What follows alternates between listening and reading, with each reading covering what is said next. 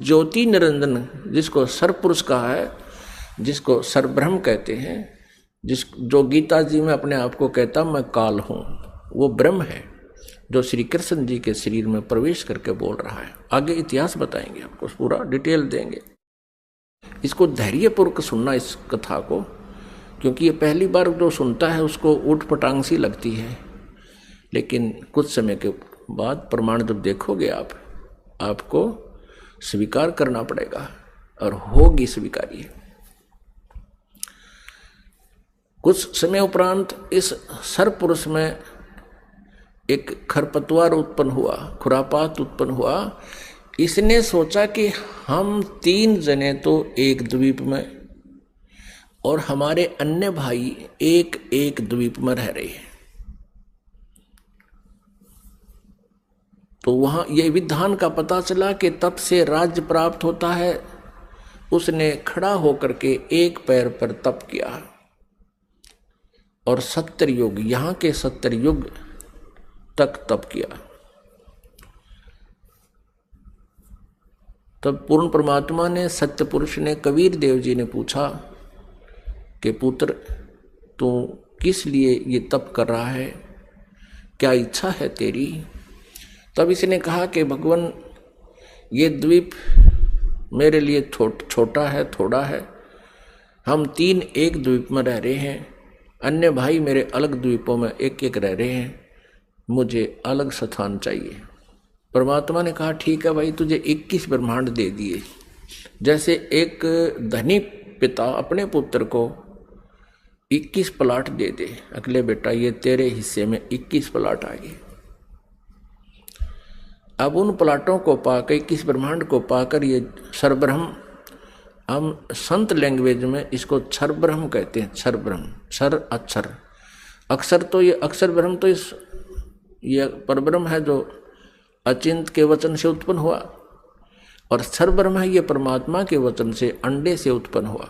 ये क्षर ब्रह्म जो है 21 ब्रह्मांडों में, कभी उसमें जा, कभी उसमें सैर सपट्टे करे, देख रहा है इनको। फिर मन में इसने सोचा कि इनमें कुछ कंस्ट्रक्शन होनी चाहिए। इस उद्देश्य से इसने फिर 70 युग तप फिर किया। तब परमेश्वर ने पूछा भी अब क्या चाहता है? प्लाट तेरे को दे दिए, 21 ब्रह्मांड दे दिए। तब इसने कहा प्रभु कुछ कंस्ट्रक्शन का, यानी कोई रचना सामग्री दो मुझे, ताकि मैं कुछ उसमें रचना बना करूं। यानी अब जैसे प्लाट दे दिए, उसके पास तो फिर भी कुछ को नहीं, पिता से मांगता है कुछ पैसे दो या ईंट सीमेंट मटेरियल अवेलेबल कराओ। तो परमेश्वर कबीर देव जी ने इस सर्वपुरुष को, क्षर ब्रह्म को 5 तत्व और 3 गुण दे दिए। अगले बेटा बना खिलौने रखे दिन से, इनको पाके बड़ा प्रसन्न हुआ। फिर इसने सोचा कि मैं इसमें कंस्ट्रक्शन भी कर लूंगा, तो फिर अकेला कैसे दिल लगेगा मेरा। इसने सोचा कि कुछ आत्माएं भी मैं प्राप्त करूं भगवान से। इस क्षर ब्रह्म ने, इस काल भगवान ने फिर तप फिर प्रारंभ किया, एक पैर पे खड़ा होकर।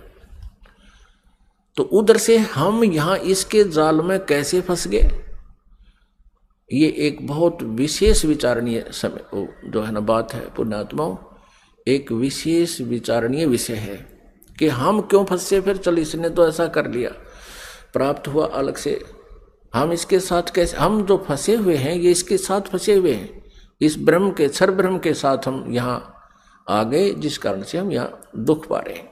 अपने पिता को छोड़ आए जहाँ कोई अभाव नहीं था, कोई जन्म मृत्यु नहीं थी।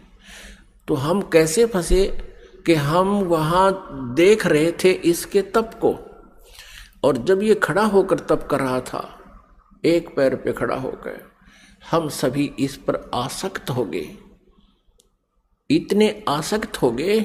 ओहो देख कितने दिन से एक पैर पे खड़ा है, कभी इस पैर को कर लेता है, कभी उस पैर पे खड़ा हो जाता है, और ऐसे करके खड़ा है कभी। तो हम इसकी इन अदाओं से इतने प्रभावित हो गए, हम अपने भगवान से भी दिल हटा बैठे।